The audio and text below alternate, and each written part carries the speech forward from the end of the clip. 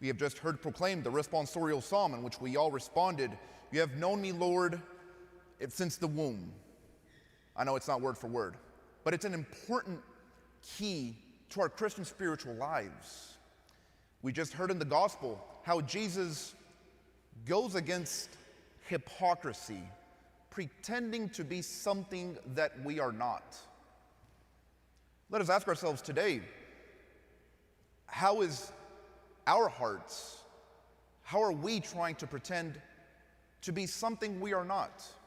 You know, the lives of the saints are wonderful and inspiring, as they very well should be. We're in good company as they inspire us to live out the gospel.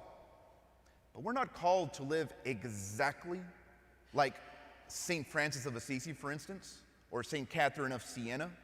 We're called to live as saints by our own unique gifts and charisms that God has given us. And so it can be a temptation, of course, to try to compare ourselves to a particular saint. But see, that's where the devil likes to play those games of confusion and try to distract us and even make us lose hope in the Christian spiritual life. So brothers and sisters, today it's important to know that, yes, Jesus is calling us to a life of holiness, but not to pretend to be someone we're not, but to sincerely give our hearts to him, to entrust our very selves to his love, where we are safeguarded, encountered, and transformed into each one of us in our uniqueness by our names.